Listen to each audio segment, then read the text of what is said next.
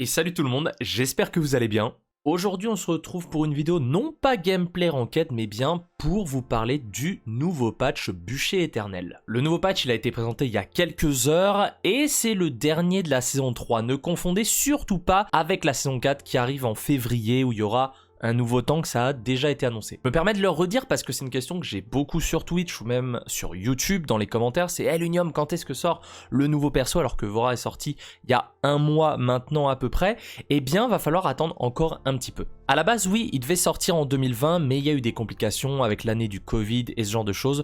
Donc ça a été délayé jusqu'en février. Du coup ce patch c'est le dernier de la saison 3, ça va être un petit patch avec un peu de contenu, un peu d'équilibrage, des corrections de bugs, ça va pas vraiment bouleverser la méta ou ce genre de choses. Alors possiblement que certains persos vont revenir un peu au goût du jour, mais ça, je vous en parle un peu plus tard. Le premier point sur lequel je veux revenir, c'est qu'il y a un message des devs qui nous parle de la fréquence des mises à jour pour 2021. Alors il nous spécifie qu'en 2021, le cycle de mise à jour Paladin sera de 2 mois contre 3 mois en 2020. Et là, il y a déjà une indication importante, s'il y a un nouveau patch tous les 2 mois, ça veut dire qu'il y aura plus de contenu. Et ça me fait ultra plaisir que ça vienne directement des devs, ça veut dire qu'ils travaillent toujours sur Paladin, contrairement à des fois ce que je peux lire ou ce que je peux entendre, comme quoi Paladin est un dead game, qu'il délaisse complètement Paladin, c'est complètement faux. Le patch actuel, c'est vraiment un patch modeste comme ils le disent, et les grands changements, ils arriveront avec la version de la saison 4 en février, comme ce que je vous ai dit avant. Et tout ça, ça sera présenté le 7 janvier pendant le IRS Showcase, ça sera expliqué en détail. Le IRS Showcase, c'est un petit peu une conférence annuelle pour voir qu'est-ce qui va se passer sur tous les jeux IRS. Donc Smite, Rogue Company et bien sûr Paladin. Notamment, sans trop spoiler, on peut se dire qu'ils vont nous présenter le nouveau champion puisqu'il sortira en février. Je vous avoue que j'ai vu 2-3 trucs à son sujet et ça m'a l'air vraiment solide. Voilà, c'est le petit point sur lequel je voulais revenir au début, c'est super important et ça fait super plaisir à lire, j'espère que ça vous rassure aussi vous joueurs de Paladin. On passe maintenant à la review de ce patch, le patch Bûcher Éternel, comme je l'ai dit, ça sera un petit patch, donc la vidéo durera probablement un peu moins de temps que d'habitude. Il y aura un nouveau Battle Pass et comme d'hab, il coûtera 600 cristaux ou alors vous pourrez l'acheter 1500 cristaux pour avoir 30 niveaux de base. On appelle le passeport Battle Pass je crois. Et comme d'habitude, si vous arrivez à compléter le Battle Pass dans son entièreté, eh bien vous gagnerez 600 cristaux, 450 dans la progression gratuite et 150 dans la progression payante. Et quand je parle de la progression gratuite et de ces 450 cristaux, ça me permet de vous rappeler que ça c'est l'équivalent des connexions hebdomadaires qu'il y avait, même les connexions journalières, mais on n'avait que 2 fois de cristaux par semaine. C'est-à-dire qu'avant, vous pouviez, juste en vous connectant, obtenir des cristaux. Mais ARS a enlevé cette possibilité-là et ça a été transféré dans la progression gratuite de Battle Pass. Si vous jouez beaucoup, eh bien vous aurez ces cristaux bien plus vite qu'auparavant. Avant, il fallait 9 semaines de connexion tous les jours pour les avoir. Là, en quelques semaines, si vous jouez un minimum, si vous êtes en vacances ou même si vous jouez pendant des événements du week-end, eh ben ça va super vite. Parlons à présent des skins. Le premier palier, ça vous débloquera un skin pour Koga. Alors, je suis pas un joueur de Koga, je vous avoue, mais ce skin, je l'aime vraiment beaucoup. Il me fait d'ailleurs penser à Shredder dans les Tortues Ninja, surtout au niveau du masque, hein, rien de plus. Je pense pas que ça soit le perso le plus populaire maintenant, peut-être sur les serveurs console honnêtement, on m'en parle souvent sur le stream, hey, pourquoi tu joues pas Koga, c'est plutôt fort. D'ailleurs il y a un truc qui se passe pour lui plus tard et je vous réserve ça pour plus tard. Mais je vous avoue que pour une fois ce skin là peut me faire jouer Koga, surtout en game viewer, et pourquoi pas le revoir en ranked. Au niveau 10, on débloquera un skin pour Lian. Pour moi, il est absolument sublime, c'est le meilleur du Battle Pass d'ailleurs. Et il faisait beaucoup penser à Furia pendant les teasers, j'ai eu beaucoup de messages d'ailleurs, oh un skin Furia trop bien. Eh bien non, c'est Lian. C'est vraiment mon coup de cœur et je vous avoue que Lian c'est pas un perso que je joue beaucoup mais je vais probablement m'y mettre. Au niveau 30, alors on parlera d'ailleurs de ce champion un peu plus tard parce qu'il est dans la catégorie équilibrage, c'est Khan. Pour moi c'est un très beau skin, difficile de faire mieux que American, je vous avoue que c'est vraiment mon skin préféré pour le champion, mais c'est un perso que j'adore jouer, tout simplement, même si je joue pas beaucoup et vous savez que je suis pas un main off tank. Depuis son air c'est un petit peu plus difficile de sortir mais j'aime beaucoup son ulti ou alors son grab et même sa capacité à 1v1 pas mal de personnes. Et enfin au niveau 50, beaucoup l'attendaient, surtout Brenel si tu passes par là, c'est pour Genos. Alors pour moi ça détrône pas le skin démon de Genos, c'est vraiment mon favori pour Genos, c'est un de mes skins préférés du jeu, mais on va pas se cacher qu'il est magnifique. Alors je pense qu'il y a pas mal de gens qui vont pas être contents parce qu'il y a eu un skin sirène qui est sorti pour lui il y a pas très longtemps. Et je sais bien qu'il y a d'autres champions qui n'ont pas eu de skin depuis un moment. Je sais que dans mon chat on parle souvent, mais pourquoi Atlas il en a pas? Pourquoi Moji en a pas? Pourquoi Torvald en a pas? Par rapport à ce sujet, des champions qui n'ont pas eu de skin pendant longtemps, il y a Romanova qui est la community manager de Paladin aux US.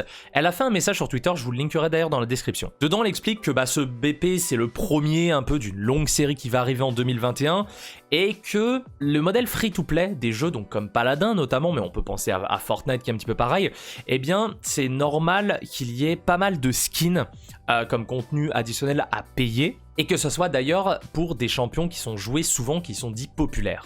Et c'est pour ça peut-être qu'un Torvald n'a pas eu beaucoup de skins cette année. Mais justement, les champions les moins populaires, comme Torvald, on va garder cet exemple, eh ben ils vont avoir des opportunités cette année pour peut-être recevoir des cosmétiques. Et elle précise un peu plus loin que, eh bien, il faut mettre des champions moins populaires, des skins pour eux, avec des champions qui sont relativement populaires. On va prendre un exemple, mais on va dire que Liane est populaire, même si c'est pas forcément le cas, hein, je connais pas vraiment la cote de popularité des champions. Eh bien, tu le mets avec Torvald, et bien du coup, les gens ils vont être plus à même à prendre le Battle Pass ou prendre un bundle ou quoi que ce soit avec, parce qu'ils vont se dire, moi je prends pour Liane, mais j'ai quand même un skin Torvald à côté, même si je joue pas trop. Arrest Studio, c'est pas la taille de Riot Games ou de Blizzard Activision, hein, c'est un petit studio, c'est 450 employés total. Sur Paladin, il y a bien moins de gens qui travaillent que ça, parce que c'est réparti sur Smite et sur Rogue Company aussi.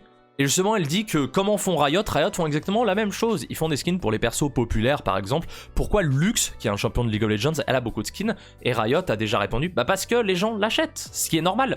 Le but d'une entreprise, même si je sais que c'est un peu peut-être tabou d'en parler, c'est de faire de l'argent, et s'il n'y a pas d'argent, eh bien les serveurs ne peuvent pas être maintenus, et du coup, le jeu décède. Et pour finir, elle précise que si Evil Mojo était de la même taille que Riot Games, eh bien c'est des choses qui seraient possibles très probablement, mais malheureusement, ce n'est pas le cas. Mais qu'ils vont quand même faire le meilleur qu'ils puissent pour apporter des skins aux persos qui n'en ont pas eu depuis très longtemps. Comme d'habitude, je ne l'ai pas précisé, hein, mais il y aura bien sûr des recolors de tous ces skins qui vont s'afficher très brièvement sur la vidéo. Plutôt sympa, je suis plus team non recolor pour cette fois. Des fois, c'est vrai qu'il y a des recolors qui sont un peu plus jolis, mais après, il faudra voir surtout le rendu en jeu. J'essaierai de vous faire une vidéo sur le PTS avec le rendu en jeu de quelques persos, peut-être faire des gameplays, ce genre de choses.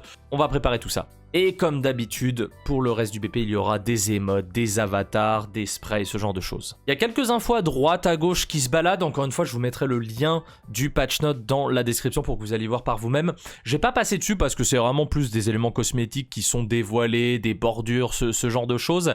Et de mon côté, on va directement partir dans la catégorie équilibrage. Alors l'équilibrage, ça va être assez rapide quand même, il n'y a pas tant de champions qui ont des changements pour ce patch comme ça a été dit auparavant. C'est vraiment un petit patch, histoire de dire avant le début de la saison 4 et des grandes festivités. On commence avec Strix qui se prend un petit nerf pour le sniper puisque le temps entre chaque tir est augmenté, ça va passer de 1 seconde à 1.25 secondes. En gros, ça empêchera d'enchaîner les shots un peu moins rapidement et ça va donner une possibilité pour l'équipe ennemie peut-être de se cacher. C'est pas un énorme nerf, je pense, sur le papier, mais bon, c'est vrai que comme je l'ai dit, hein, ça peut permettre à la team de trouver une alternative, d'essayer de le flank plus rapidement et il ne pourra pas réagir parce qu'on sait que le changement sur le pistolet, c'est pas ouf. Un Strix se joue principalement sniper. Et ceux qui arrivent à faire des quickscopes, eh ben, ils s'en sortent plutôt bien. Là, peut-être que ça sera un peu plus difficile. Je pense qu'on le verra toujours sur des maps adéquates comme marché au poisson et le grenouille. Mais pour moi, de base, Kinessa est déjà un poil au-dessus et je pense que cette idée va être renforcée par ce petit nerf. Oui, désolé, ça fait un petit spoil, mais on ne parlera pas de Kinessa pour ce patch. On passe maintenant à ma chouchoute, même si je la joue beaucoup moins, c'est Viviane qui se prend encore un énorme nerf. Et le premier point, c'est sur son pistolet mitrailleur, donc bien sûr sa mitraillette, les dégâts passent de 170 à 160 par balle. Je pense personnellement que c'est un très bon nerf, c'est là-dessus que Viviane elle est forte en fait, et sur la quantité de dégâts astronomiques qu'elle peut mettre avec ses auto-attaques. Et moi j'y serais même allé encore plus fort, peut-être descendre à 140, 150. Après voilà, en termes de valeur, je suis pas vraiment le meilleur, et j'ai pas assez de statistiques, mais déjà 10 points de dégâts par balle, vu la cadence de tir, vu le chargeur qu'elle a, ça va déjà se ressentir un petit peu.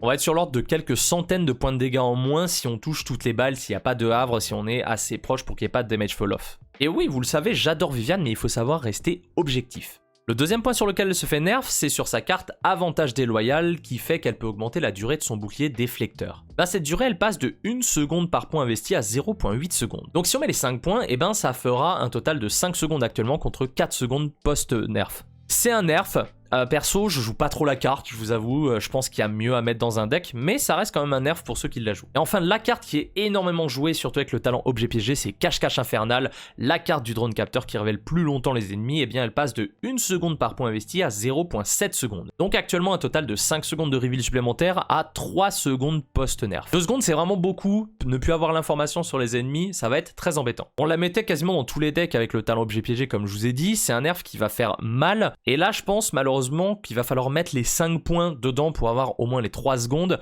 Moi personnellement là je mets 3 ou 4 points, généralement 4 points ça fait 4 secondes donc on perdra 1 seconde ce qui est ok. Mais le problème c'est que si tu mets les 5 points là-dedans, eh bien tu perds des points ailleurs et ça devient un casse-tête sans fin pour le loadout. Viviane du coup elle prend cher, mais elle fait très mal honnêtement sur tous les supports, que ça soit manette, que ça soit clavier souris. Donc pour moi ce nerf il est totalement logique. J'espère qu'ils vont pas aller trop fort quand même parce que j'aimerais bien toujours la jouer. Je vous en avais parlé quand on a mentionné son skin, eh bien c'est Khan qui va subir un up. Son pistolet à répétition, donc du coup son auto-attaque, maintenant fera 190 dégâts par balle au lieu de 180. Sur le papier, on peut se dire c'est pas vraiment ouf, mais 10 points de dégâts avec toutes les balles qu'il peut tirer, ça peut te permettre de finir une cible plus facilement ou de prendre un meilleur affrontement. Encore une fois, il faut voir dans la globalité plutôt que balle par balle. Sachant que maintenant on prend le talent déluge de balles plutôt que le can stun qu'on voyait pas mal en début de saison, et ben ça aidera à faire plus de dégâts plus rapidement, même s'il y a un malus de 25% de dégâts avec ce talent. Deuxième up, c'est sur le crit de guerre, la valeur de son heal va passer de 1000 à 1100. C'est pas un up insane, encore une fois, mais ça fait la différence. 100 HP en plus, ça peut vraiment aider un teammate ou même Khan, hein, bien sûr, sachant qu'il est dégâts immune et CC immune quand tu fais la compétence. Khan vraiment au début de saison c'était l'off-tank, le meilleur off-tank pour moi avant le up de H, surtout avec le talent stun, même avec résilience c'était vraiment insane.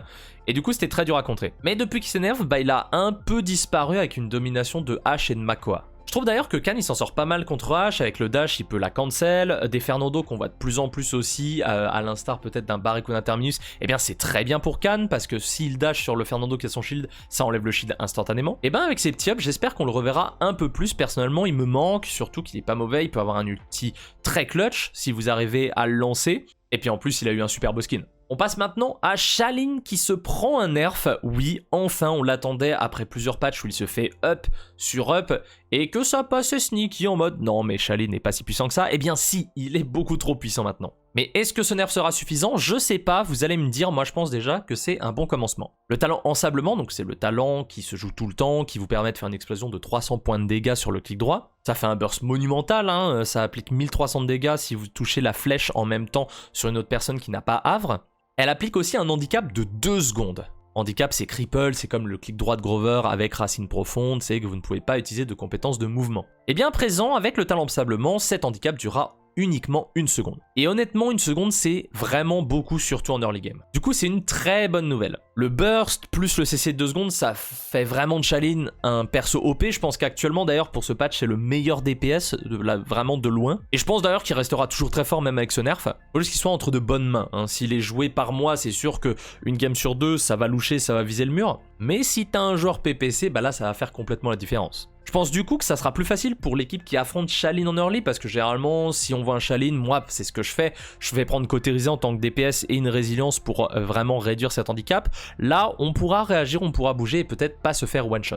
Je pense que c'est un bon commencement au niveau des nerfs, je pense qu'il mériterait un petit truc en plus, je sais pas quoi, je suis pas game designer, peut-être un jour, on ne sait pas. Mais en tout cas ça fait plaisir à voir. Le prochain nerf je comprends assez peu, très probablement parce que, eh bien, à haut niveau, en ranked sur PC, bon même si je suis stock diamant en ce moment, mais ça faut pas le dire, bah on le voit pas beaucoup. C'est Koga. Je pense qu'on le voit surtout sur la serveur manette, c'est ce qu'on me dit souvent sur mon Twitch également. Son pistolet mitrailleur maintenant fera 36 points de dégâts par balle au lieu de 40. Vous allez me dire 4 points de dégâts, l'unium tu te foutrais pas un peu de notre gueule? Bah pour moi c'est un nerf pas dégueu quand même, parce que 4 de dégâts en moins sur le papier, ça casse pas 3 pattes à un canard, mais avec une capacité de chargeur de base de 70 balles, hein, sans rajouter aucune carte, et en faisant 40 points de dégâts à chaque fois par balle touchée, et ça, il faut pas qu'il y ait de avant-face, il faut pas qu'il y ait de la damage reduction, il faut pas qu'il y ait du damage fall-off, on peut faire un total de 2800 de dégâts si on touche toutes les balles. Et ben avec le nerf, on pourra faire que 2520 points de dégâts, donc quasiment 300 points de dégâts qui partent à la trappe, c'est l'équivalent du clic droit de Sha-Lin sur son talent ensablement. Sauf que là, t'as besoin de mettre toutes les balles. Surtout que ces 300 points de dégâts, ben entre temps, le heal il peut intervenir et il peut totalement te la mettre. Même si tu peux récupérer des balles avec le dash, et ben ça nerf aussi indirectement accro à l'adrénaline puisqu'il faut 80 points de dégâts pour générer une charge d'énergie. C'est-à-dire qu'il faudra 3 balles touchées et non pas 2. C'est un détail parce que généralement on full le mec et on va faire plus de 80 points de dégâts, mais c'est quand même à noter. Est-ce que vous pensez qu'il méritait ce nerf? Moi je suis pas sûr, je connais pas assez le perso. J'espère non plus que ça va pas le tuer. Je pense que c'est un nerf intéressant. Ça ne va pas le tuer non plus, mais va falloir peut-être jouer un peu plus prudemment. On passe à l'avant-dernier champion et c'est Xin. Alors Xin, est-ce que c'est un nerf ou pas? Alors sur le papier j'ai envie de dire un petit peu, mais vous allez voir pourquoi. Il est omniprésent, je me doutais qu'on allait le toucher. Sur son volume de fumée, la vitesse de déplacement qui est à présent de 30% de base, et ben ça va passer à 10% de vitesse de déplacement supplémentaire quand vous utilisez la compétence. Sur le papier c'est un énorme nerf, 20% de vitesse de déplacement en moins, c'est totalement insane. Mais du coup à côté de ça, sur sa carte évanescent qui lui permet d'augmenter la vitesse de déplacement de son volume de fumée, et bien la carte passe de 8% par point investi à 11% par point investi. Donc si vous mettez 5 points, ça passe de 40% à 60%. Au total, dans les deux cas, ça sera la même chose, c'est 70% d'augmentation de vitesse de déplacement. Mais là, il faudra mettre impérativement les 5 points dans la carte évanescent. Moi, c'est ce que je fais de base, donc ça va pas me changer grand chose. Alors peut-être qu'au niveau des pourcentages, le calcul sera un poil différent et c'est un petit nerf, mais je pense pas que ça tuera le champion du tout. Si jamais vous étiez habitué à ne pas jouer 5 points dans cette carte, eh ben ça peut être plus problématique pour vous. On termine maintenant avec un tank longtemps délaissé depuis cette saison, c'est bien sûr Barik. Je sais qu'il y a beaucoup d'entre vous qui attendaient un up, peut-être sur la récupération de son sustain ou sa résistance en plus. Eh bien, ça sera plutôt sur le second point, puisqu'il va passer de 3400 points de vie de base à 4000. Et oui, 600 points de vie en plus, ça va lui faire un grand bien. Surtout qu'il y a une carte du deck qui peut te permettre d'avoir encore plus de points de vie. Actuellement, ils font bien trop vite, contrairement à une Inara notamment, un Terminus avec son siphon qui peut être redoutable. Et du coup, ces 600 HP, ça peut donner un peu de temps supplémentaire au support de remonter le Barik. Alors je vous avoue, je connais pas assez les tanks, vous le savez, mais il y en a un peu marre de voir que des Inara ou des Termi. On voit un peu de Fernando aussi. Et puis des Makoa de mes coquilles. Mais je pense vraiment que Barik, il est sur la bonne voie, peut-être un petit up supplémentaire sur autre chose, et on le reverra en masse. Personnellement, j'ai envie de me dire que ce up de HP,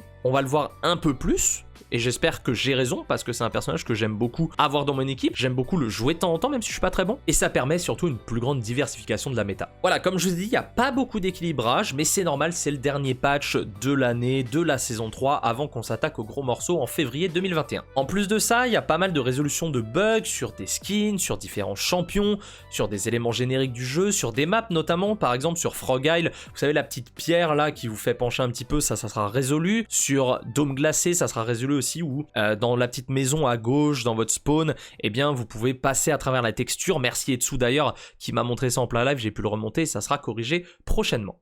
Vous le verrez par vous-même dans le patch note, il y en a certains, ça sera dans un hotfix prochainement et le reste, ça sera pour le patch de janvier. Et ainsi s'achève la présentation du patch Bûcher Éternel. Alors qu'est-ce que vous en avez pensé ? Honnêtement, fallait pas s'attendre à grand chose, puisque comme je vous le répète depuis le début, et désolé ça va faire un peu perroquet, mais il prépare beaucoup le patch de saison 4 en février qui sera beaucoup plus important, beaucoup plus conséquent. Moi perso j'aime beaucoup les skins, c'est pas forcément des persos que je joue, mais j'ai envie de me remettre un peu plus à Koga et Lian, et gros coup de cœur pour Lian encore une fois. Les up et nerfs me paraissent logiques, je suis très content pour Barik parce que je demande depuis très longtemps, un petit peu une incertitude pour Koga, mais je pense ne pas le connaître assez. Shaline c'était assez évident et Viviane aussi, donc pour le moment c'est vraiment très bonne nouvelle. Avant de conclure la vidéo, je le rappelle, mais rendez-vous le 7 janvier sur la chaîne Paladins Game, ou peut-être sur ma chaîne, peut-être que j'aurai l'occasion de le streamer pour vous, de vous montrer ce qui va se passer pour la saison 4, ça sera le Hi-Res Showcase, donc on va voir tout ce qui va être nouveau pour Smite. Pour Rock Company, ça me permettra de faire sûrement une vidéo sur Rock Company, et bien sûr sur Paladin pour qu'on parle de tout ça. Mais déjà, il y a la bonne nouvelle qui a été annoncée à ce patch, comme quoi, eh bien, il y aura des nouveaux patchs tous les 2 mois et non plus tous les 3 mois, ce qui veut dire beaucoup plus de contenu. Et pas forcément cosmétique, vous verrez. Je vous souhaite à toutes et à tous de passer une excellente soirée, une excellente journée, un excellent week-end, ça dépend quand vous regardez la vidéo. Je vous fais des bisous et je vous dis à très vite. Ciao, ciao.